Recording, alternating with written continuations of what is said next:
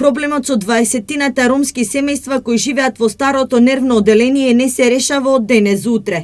Потребно е решение со кое ќе се обезбедат хумани услови за живот, тврди штипскиот градоначалник Благој Бочварски. Според него, со поддршка од централната власт и користењето на европските фондови, треба да се изнајде начин за изградба на мали стамбени објекти. Решението го гледам во изградба на тие мали објекти, стамбени зони, кои што треба да се изградат во општина Штип, но со поддршка на европските фондови, со поддршка на централната влада.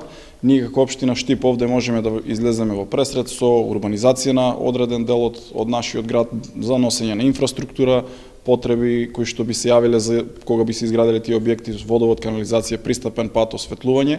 Бочварски открива за изградба на социјални станови наменети за најранливата категорија биле заинтересирани и приватни инвеститори.